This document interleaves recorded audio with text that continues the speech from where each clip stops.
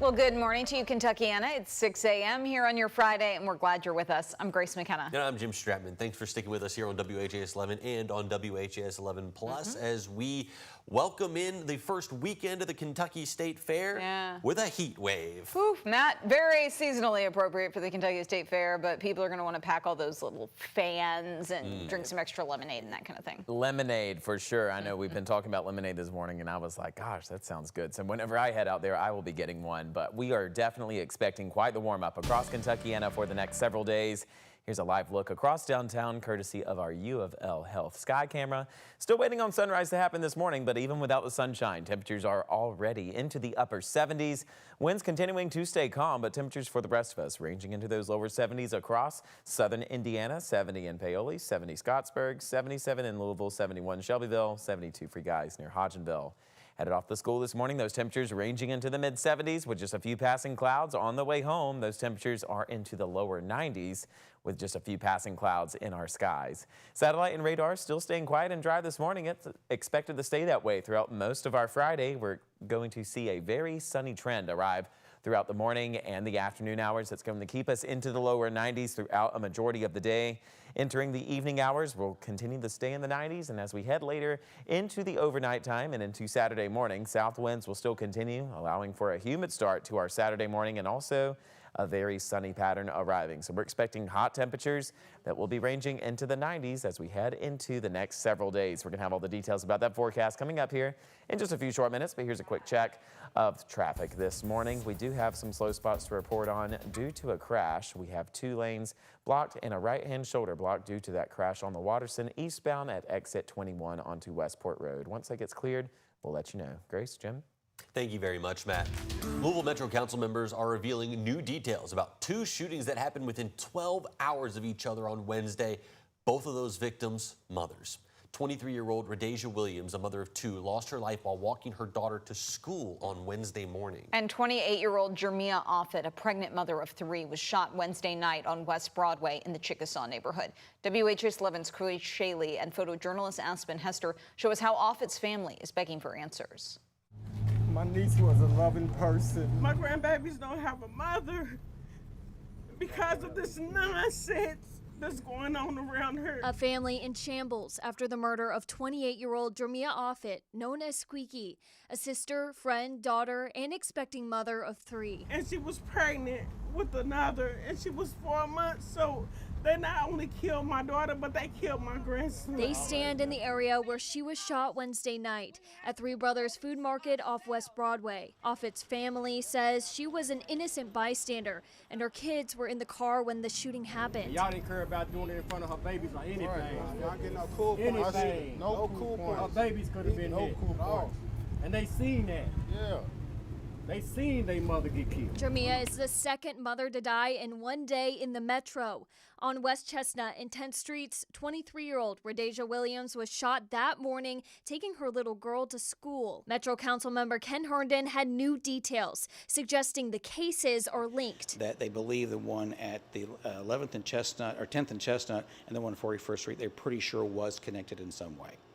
I don't know how they know that, but I was hearing that from some folks on LMPD. So this has got to stop. This is the reason why I moved out of Louisville. Yeah. I couldn't deal with this no more. Now I got to come back on these circumstances. With recent violence, people are getting restless. You know, we're tired of hearing about the crime rate being down, but somebody's getting shot every day. No, we want solutions. Councilwoman Donna Purvis, who represents Offit's district, says she's talking to state lawmakers about the Safer Kentucky Act, which has a focus on crime. But maybe this is something that needs to be looked at again to address crime here on the local level. In Chickasaw, Chloe Shaley, WHAS11 on your side. The family is urging people to send tips to the LMPD by using the anonymous tip line. You can call that number at 574 LMPD. Also, a GoFundMe has been set up for the Offits to help pay funeral costs. You can find that link in this story on WHAS11.com. And LMPD is now clarifying some important details about those bus stop shootings. We've learned a second 15-year-old has been arrested for the initial shootout on August 7th, the first day of school.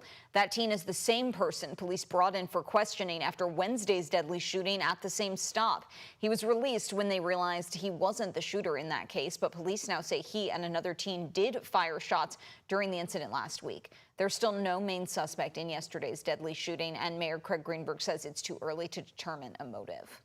Certainly, we have had a lot of targeted shootings that are gang-related in this community. We're doing a lot to take advantage of that, and we need to make sure that when people in this community pick up a gun and use it for the wrong reason to commit a violent crime, they will be held accountable. There will be punishments that are measured in many years, not just in a few months.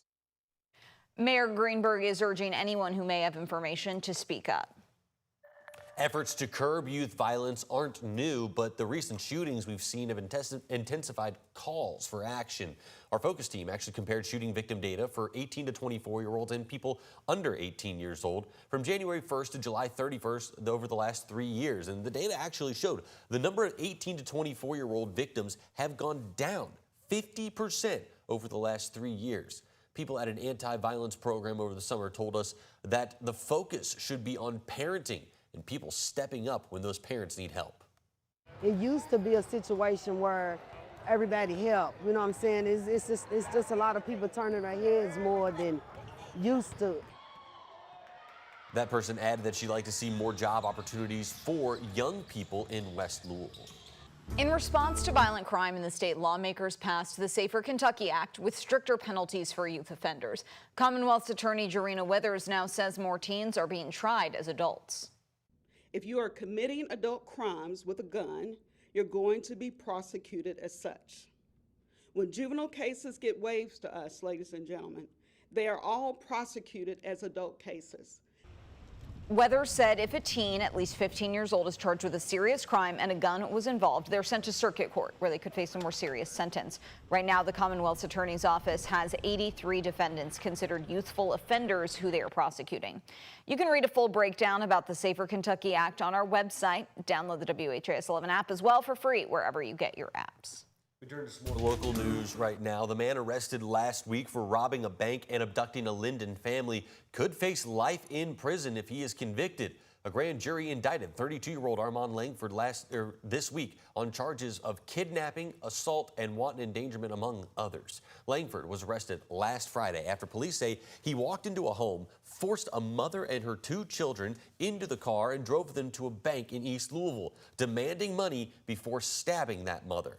Langford was previously convicted in a string of similar crimes last year and sentenced to 14 years in prison, but he only served 5 months. Happening today, the KFC Yum Center is hosting a hiring event for events-based positions. Employers will be doing on-site interviews to fill more than 100 positions from security to catering. Applications will be available to fill out there, or you can apply early on the Yum Center website. The event is broken up into 2 sessions. The first starts at 11 this morning. The second will start at 4 p.m.